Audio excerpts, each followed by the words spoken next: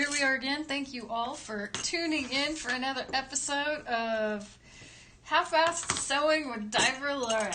So as you can see, my little table here has evolved. Now I'm keeping track of all my different parts. I've got, as you can see, loads of masks to be made in here. And then completed masks. You guys are buying up all my inventory. It's like crazy. This was full just like a couple days ago. So I need to get on it and sew more. And then similar to that, we get a liner bin. So let's see, we got a lot of prototype liners here. This is the new wider, bigger, extra coverage liners. So those are going here. There's some baby ones too. Those have not been folded. I really shouldn't put them in there until they've been folded, but okay, whatever. And then I need 4, 5, 1, 2,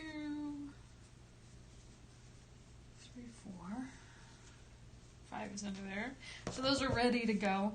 There's starting to be different patterns. I found a couple of bigger patterns for more coverage.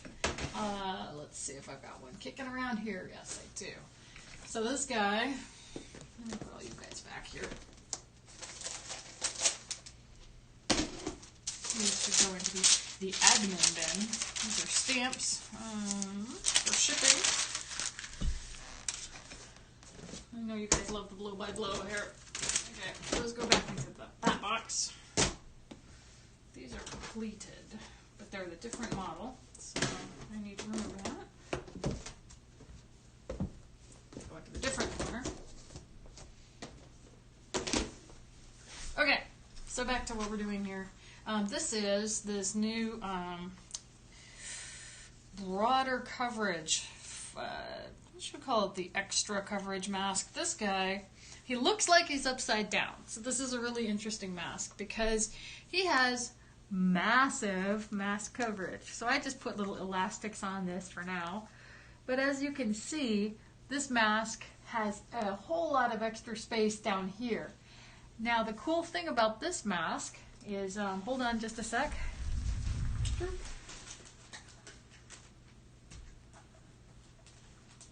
Is this. So, this mask is basically designed to cover an N95. Oh boy, here we go. Because, yeah, these are so comfortable. Oh man, they smell bad. Anyhow, there goes that N95. So remember when you're wearing your N95 or any mask, if you want it to stay upright where it should be, you need to put this up on the crown, up top, up high. And then the second one is down low. Let me see if I can turn this just a little more for you. And give you a little more upward. There you go. How's that? Better? Better. So anyhow, now we've got the N95 on. But if you don't really want to show your neighbors that you're wearing your N95 because you feel embarrassed that they're like, oh, those should be used for healthcare only, then you just put this mask right over it. And look at that. No one knows any better. Can you guys hear me at all? Now, something to keep in mind when you're worrying about your N95s is that there's other masks, the KN95, now you can hear me again, which is a baffled mask, similar, but it's still not exactly an N95, and so those are slightly different. This will cover those as well. Anyhow, so there's your quick run through on that mask, and let's see if I've got any of these. Oh yeah, okay, right. So this is another larger volume, larger face mask. Oh, I'll show you it as well. Again, you put the strap, one strap, top strap up high, bottom strap down loose. Now I'm showing you these masks with ear loops, but all of these actually, this style of mask is designed to have straps behind the head, and that will help keep it up.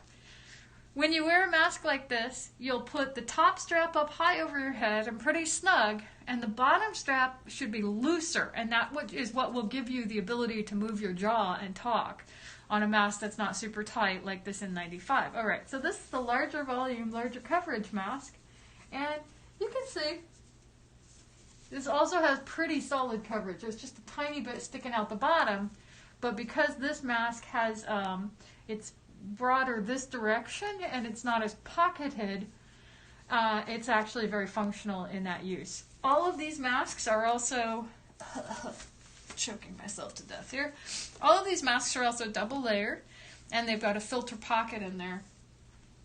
So, let me see, I'm going to show you a filter right now because I bet some of you would be curious to hear and learn more about that. Alright, so you really only need the filter material, I would say, over your mouth. And this stuff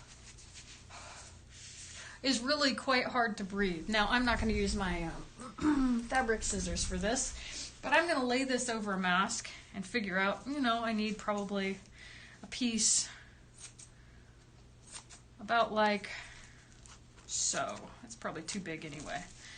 That's a little big, maybe not quite wide enough, but again, that's where I need it. I'm going to do a different piece here. Let's see. We'll go wide on this. So I'm going to cut it basically. This is unnecessary. You don't need to cut this. You can probably just tear it and throw it in. But I'm just doing this to make it look pretty because, yes, I'm a little bit OCD, as some of you know from hanging out with me in person. Anyhow, then take this guy.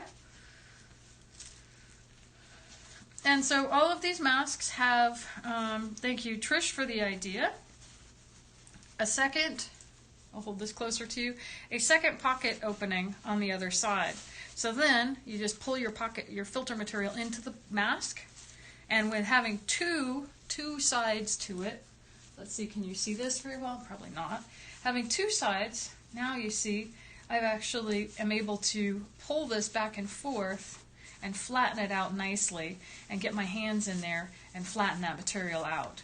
So, when I take a peek in there, not quite flattened out yet, but getting there. So then you just rustle it around a little. You should only have to do this once a day if you're wearing the mask once a day. So anyhow, I can see that this has coverage across. If you have a little trouble getting it flat, sometimes you'll need a poker of some sort. This is my seam guy, and it will absolutely help me fold this out inside the mask. So that's one way too. You can use a butter knife. Butter knife works really well for that too. So just tools you have around your home. You don't need to go buy anything fancy to put filter material into your mask.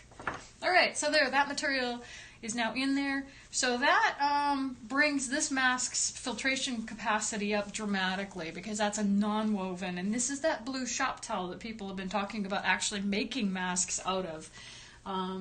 Anyhow, there we go. Now that guy's on.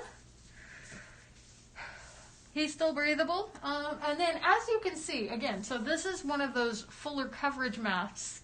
And what you'll see is, again, I reduced the cup in the chin pocket.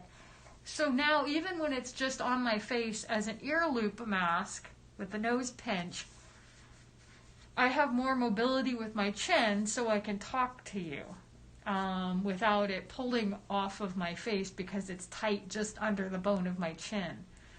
Now those other masks fit beautifully and they feel super comfortable, but some people have jobs where they actually have to talk. You know, like check out people at Safeway or pilots or whatnot. And so I've gone to a lot of trouble to try to find some, you know, modify the patterns. I found patterns that like looked almost right, but I've modified a lot of other patterns trying to make something that works better. And what I've learned is that no one mask works perfectly for all faces.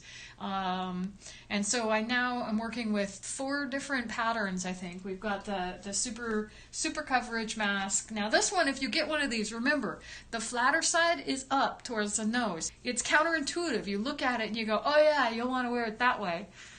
And that just ends up like it's falling off your face. Boop, boop, right? So these fuller coverage, make sure you know how to wear it. There you go. And again, see, it's got that huge flappy area covering up. Now it's blocking. Now remember, if you're saying, well, what about all the open space? Oh, why is my mask open and floppy? Isn't that going to let bugs in? Well, remember, masks aren't about blocking bugs in.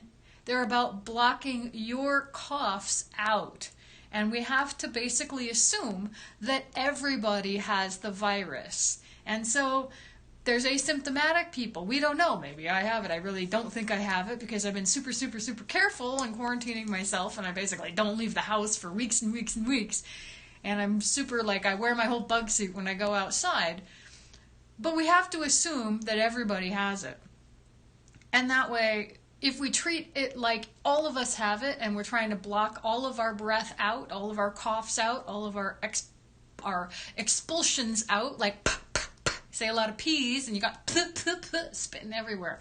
So that's what we're doing here. And if you've seen those different infographics, and they'll show like someone who's infected and someone who's not infected, and they're standing close to each other, really high chance of transmission. And then if the person over here is wearing, the non-sick person is wearing a mask, they still have a high, but not super high. And then if the person who's sick is wearing a mask and the person who's not sick is not wearing a mask, then it's medium risk.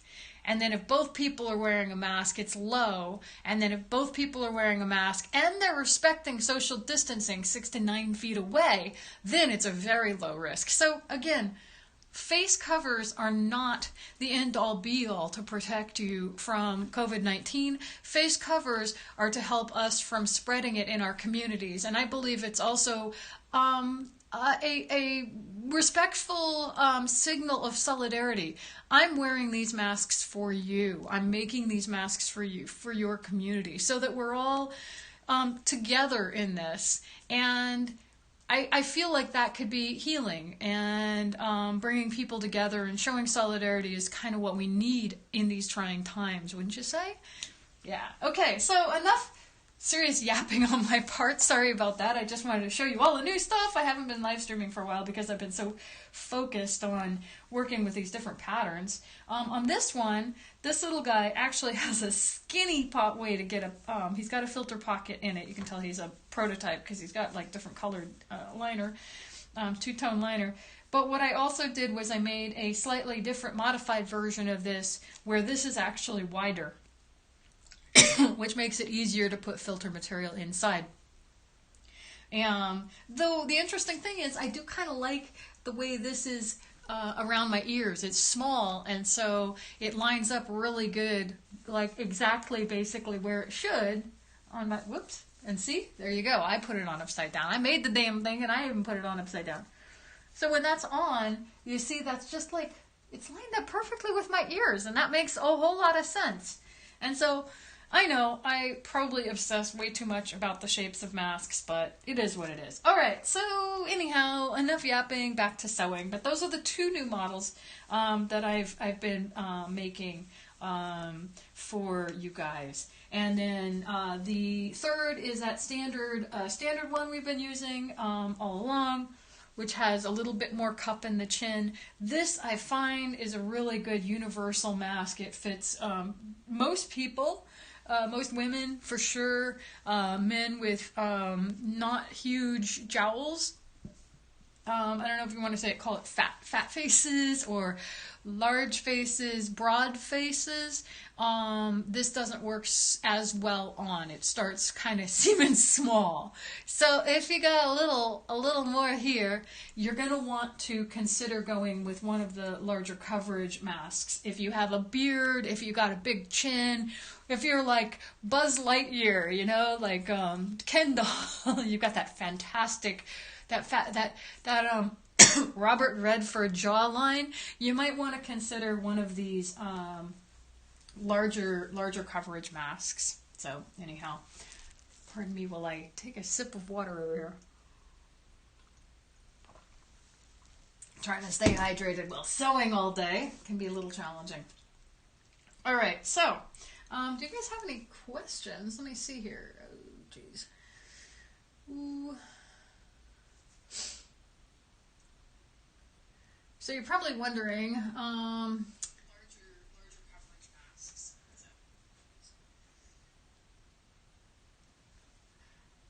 So let's see here. Oh, good.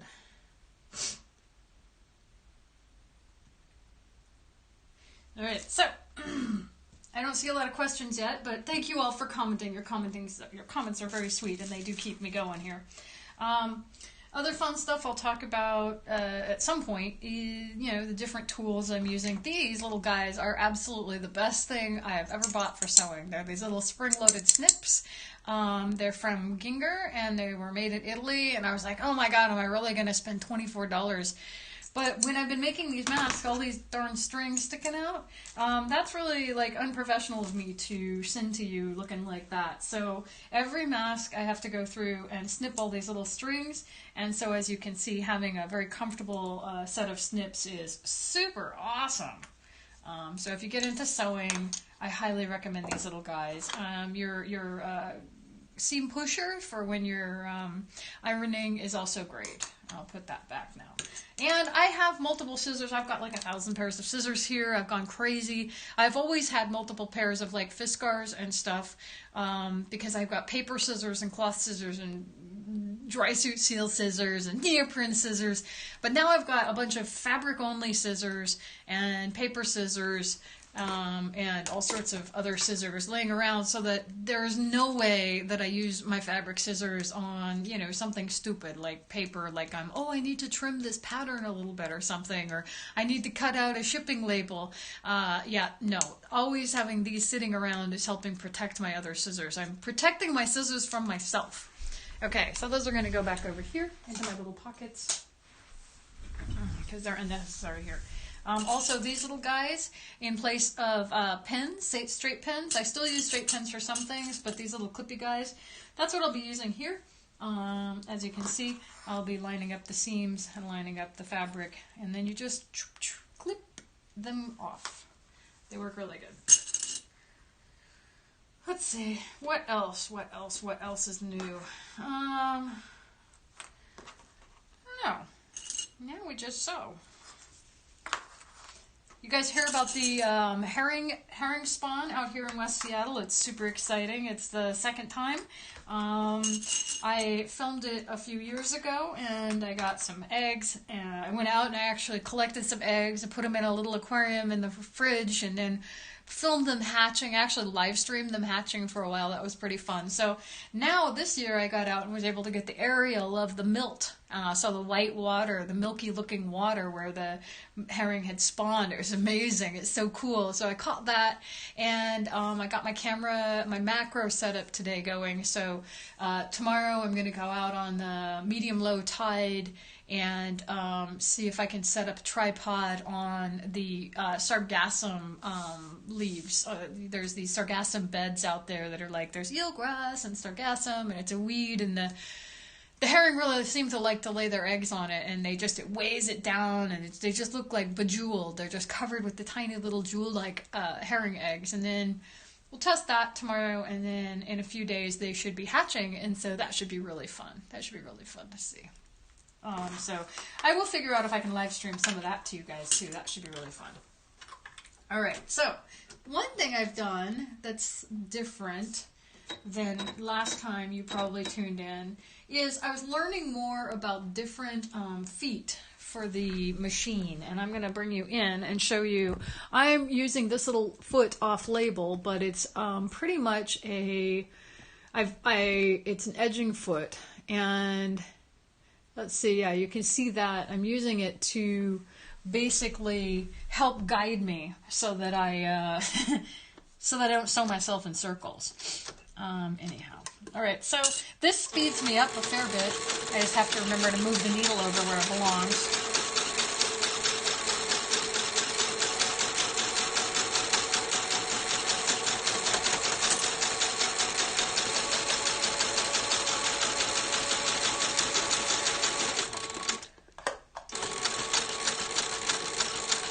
So that really helps to speed me up, keep my seams more even. Which is a good thing.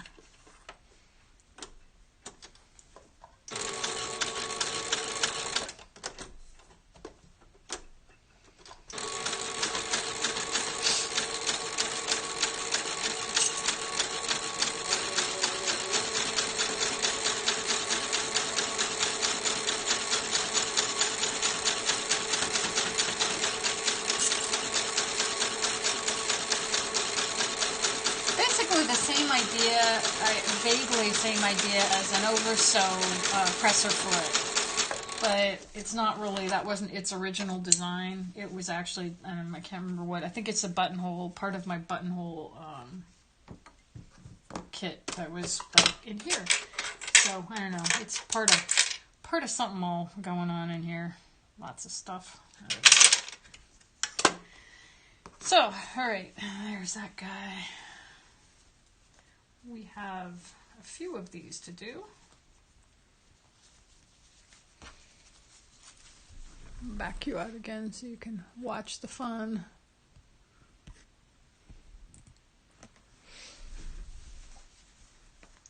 So what all are you guys doing today?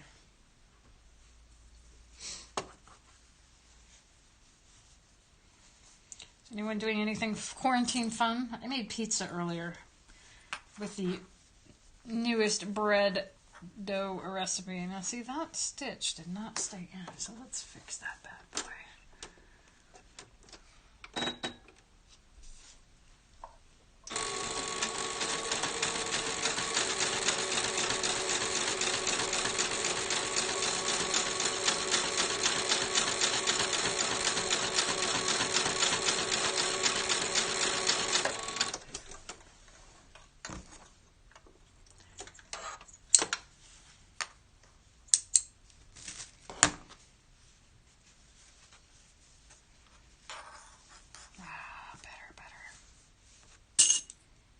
Better.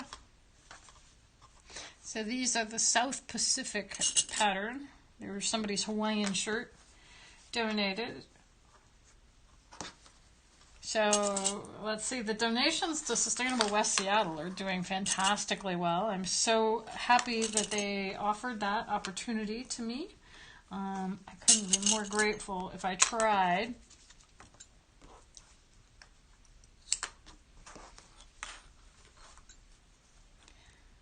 So there's occasionally some variation in my pattern, but I try to sort it out a bit here.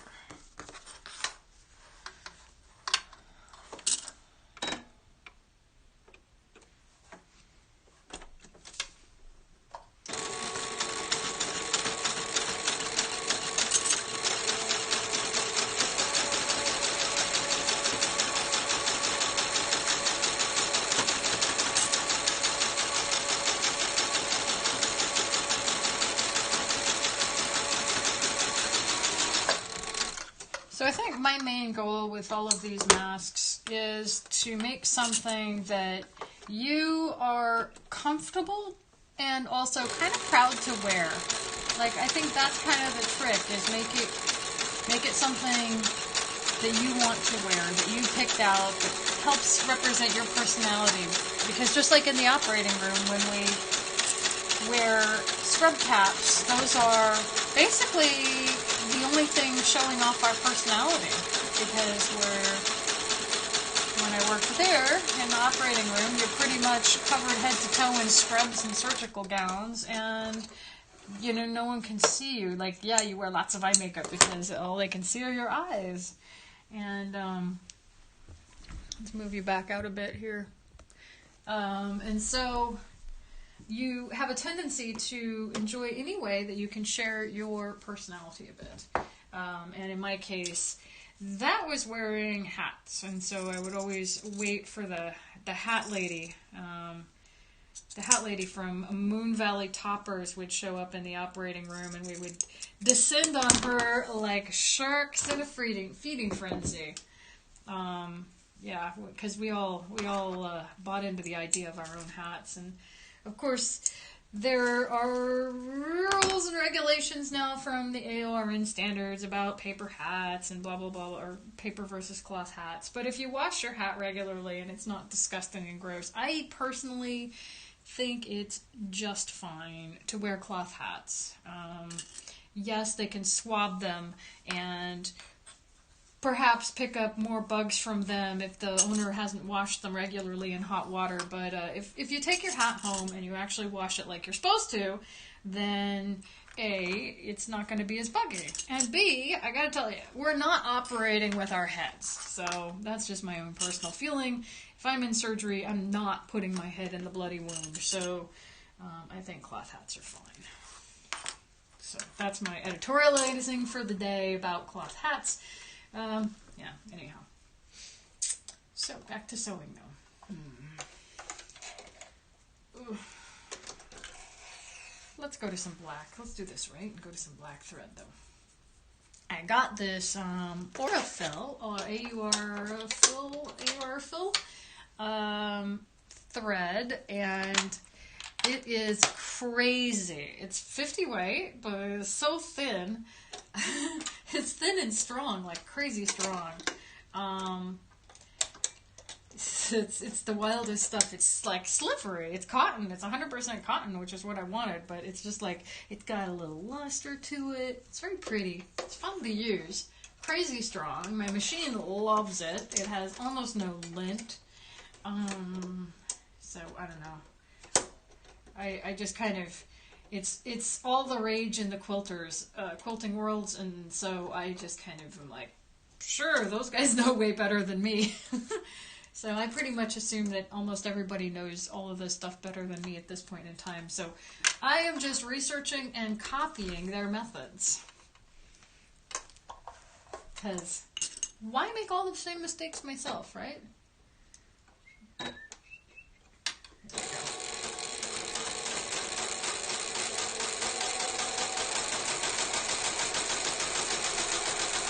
So you hear that? Even my machine just sounds better with this different thread. It's just like, it just works better with it. I had no idea that thread could make that much of a difference, but boy, and it just glides. It's just wonderful. And so I splurged, yes, I splurged and ordered more colors, some cream and some gray. So basically your standard colors for the base work. And then I'll still use the pretty colors that I have for the colored masks.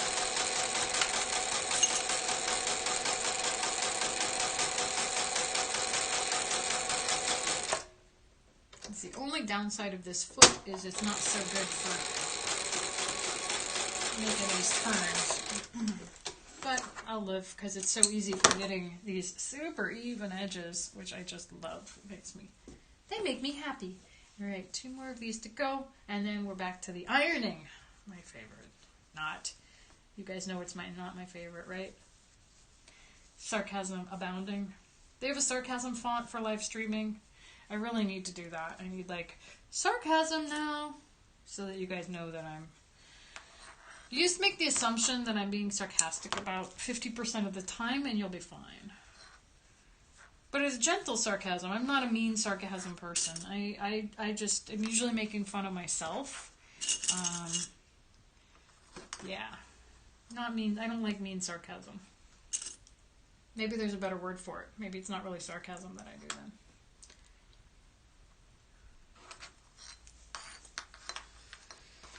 Hey.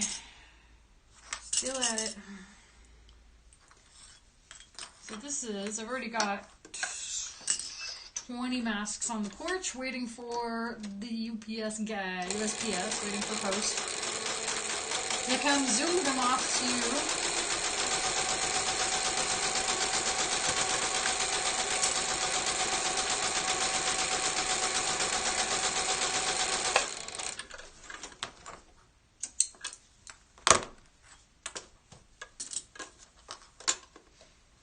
I really, once I get caught up on masks and sewn, a bit of a stockpile, I will start working on the webpage, and I will have all that stuff we asked about at the beginning of this video there, so that you guys can refer back to it, like how to put on the masks more comfortably, stuff like that, good stuff like that.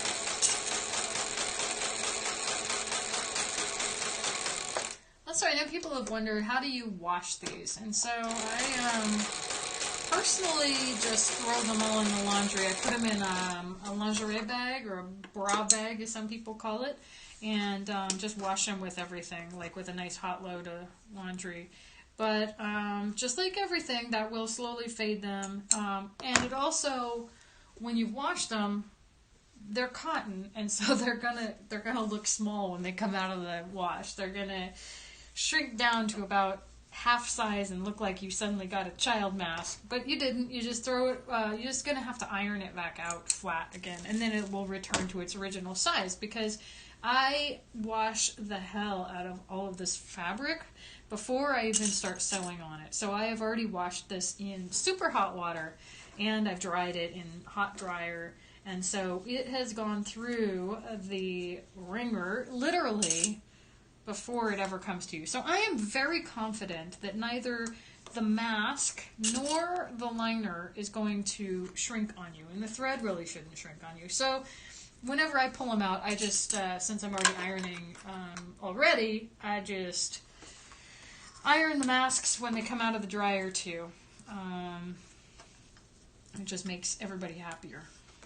And they look better, they fit better, they feel better.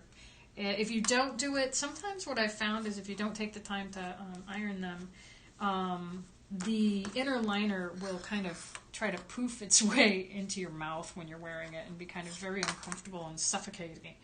And so I've found that by ironing it, that can help that phenomenon just a little.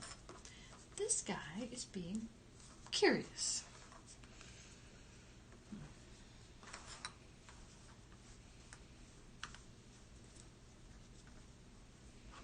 You like it?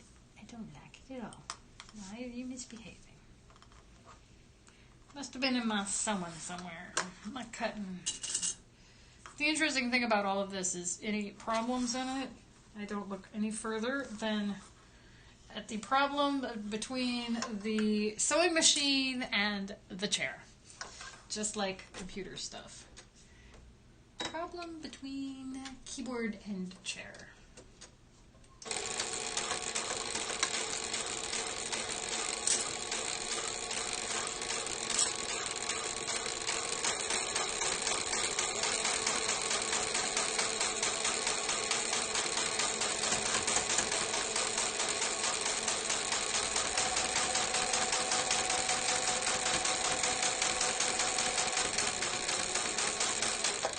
Another little thing is, so if you don't want to wash, if you have like 2 masks and you're kind of cycling them between uses, then you can just wash your mask in the sink. There's absolutely no problem with doing that. Just use some good soap. The thing with this virus and everything is that its envelope is really wussy, and so you can very readily you can destroy this virus so easily with soap and water. It's just outstanding. But what that means is if you wash these masks in your sink with hot water and soap, then you're going to kill any bugs that are on them. Again, the likelihood that these masks should get anything bad on them is pretty low, because the ideal way to wear these and use these is they're protecting everybody else from you. They're showing solidarity, that we're all in this together. And if you're practicing social distancing, even at the grocery store and whatnot, you're probably not getting coughed on. I mean, the general idea of masks in the operating room is because there's blood splattering everywhere, from my point of view. And for the other point of view, the real important thing about masks and surgical gear in the operating room is protecting the patient from me. And it's not the other way around. I mean, yes, the gloves are to protect me from whatever pathogen the patients might or might not have. We treat the patients like everybody has a pathogen, whether they not do or don't. But the big thing was we're protecting the patients. We're keeping the risk of surgical infections down by wearing gloves, by wearing a mask that covers our whole face, by wearing hair covers that covers all our hair and keeps all our hair up out of the wound. And so really, if you're thinking about face covers and masks and things like that, you really have to think about it in those terms. It's protecting everything else from you. And so like in surgery, once we'd opened a room, we open the room is when we open all the sterile supplies and get it set up for the next case coming in. You don't go into that room without a mask and head cover on. So that room remains sterile. Obviously the whole room isn't sterile, but the instruments and everything, we don't want dust and grime and hair and stuff getting on that. So all of this is to protect everybody else from us. And so really thinking about it that way, really wrap your head around that is the smart thing to do.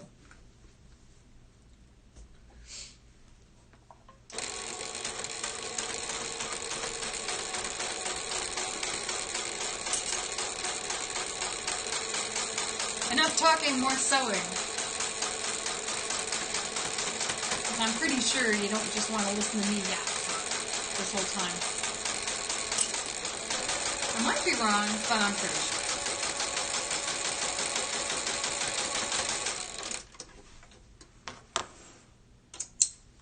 Alright.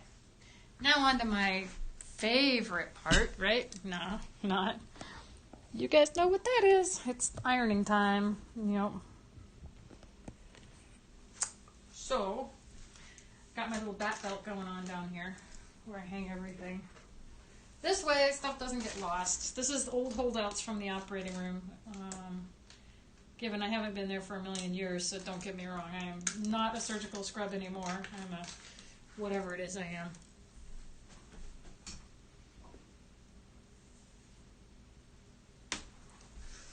Here, I'll bring this around and show you. It's kind of clever, actually. I'm kind of proud of myself. See? Right there?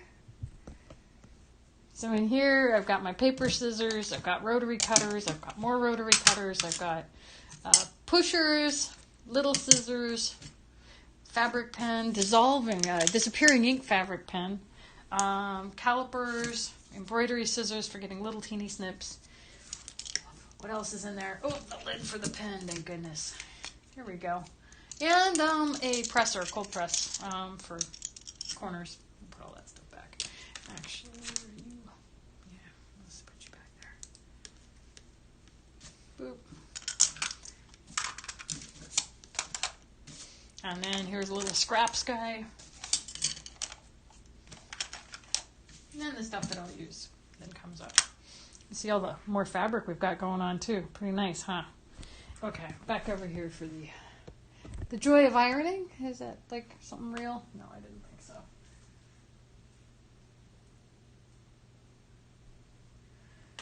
Okay.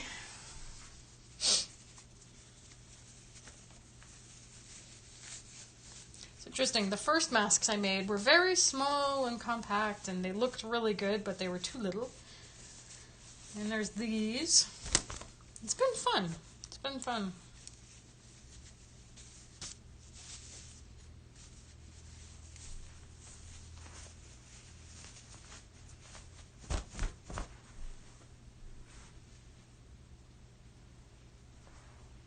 So I know I should probably be outside filming herring on Earth Day, but it's kind of rainy out, and I got a few more orders, so I really want to make sure that I keep up with orders. I want to get these out fast to you guys, because by the time you're ordering a mask from me, you've probably exhausted all your options, and you've been looking around for masks, and you're like, I need a mask.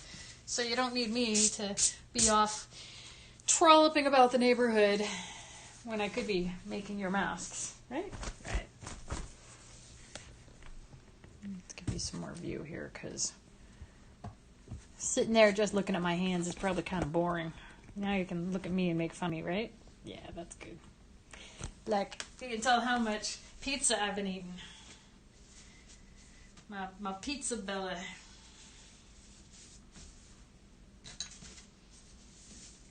So once I get them all the face turn out, then I'll go through and do the seam press, seam pusher on them all, get them most of the way pressed out.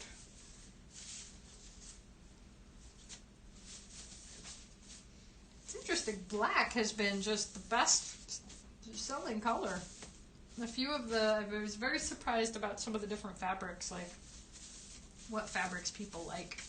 I love it. I love seeing what different people like. And some of them it's been bang on. Like I saw one fabric and I was just like, oh my gosh, that has got a home. I know who needs that fabric right now. I know who needed that fabric yesterday. This fabric in particular, there'll be a few of you diving buddies who will be like, oh yeah, I know who that's for. Yeah.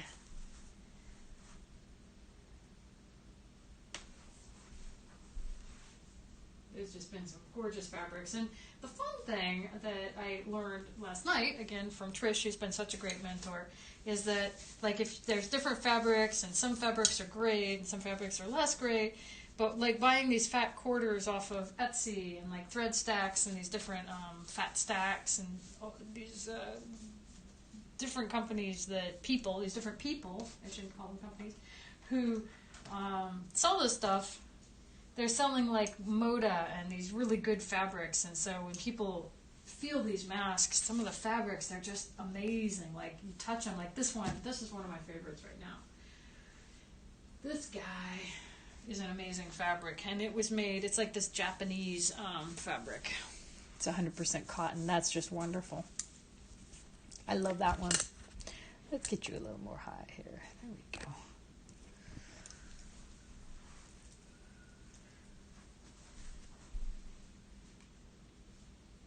So yeah, I really like that one. That's a pretty fabric.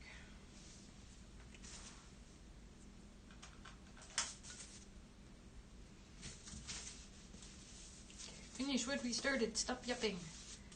Finish.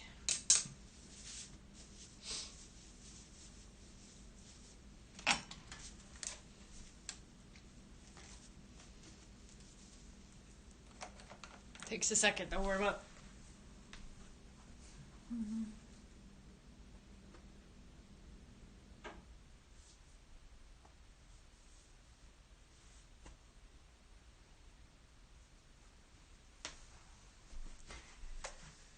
Well, there we go.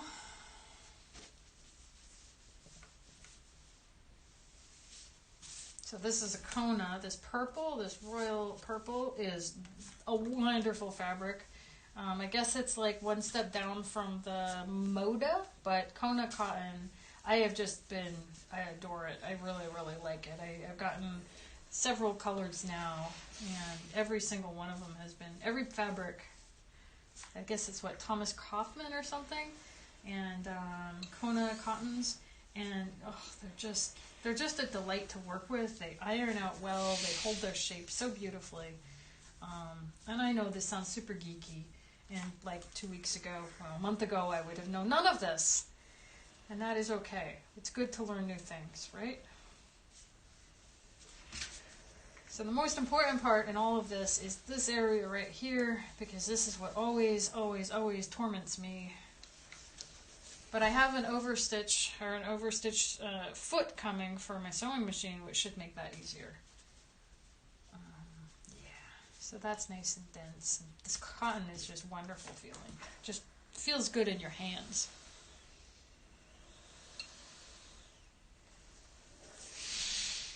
And I just love the color too.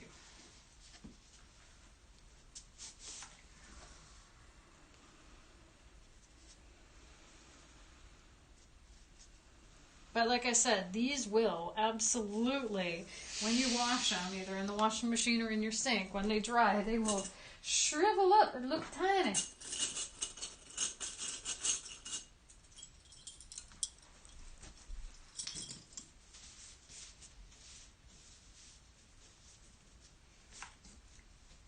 I swear, this is even a new pair of pants. I'm not wearing the same thing I was wearing last time you saw me. I actually did wash all of these articles of clothing between the last live stream and now. I promise. What I really need is like 5 yards of Kona, black Kona, or Moda, but black Kona cotton. That would be amazing. That stuff is so expensive though too, right? Like, so that's the problem, is like I get excited about all of these beautiful things, but I want to keep the cost of the masks down so that we can get them on every face. So there's got to be some kind of happy middle ground.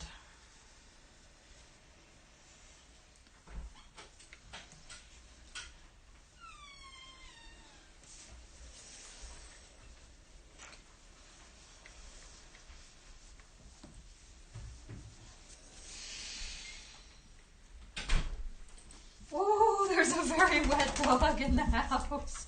Oh my goodness. That dog is wet. The dog was going for yet another walk. And I am not undressing her today because I'm busy sewing and I can't get wet dog all over your masks. So she's going to have to coerce someone else into the dry.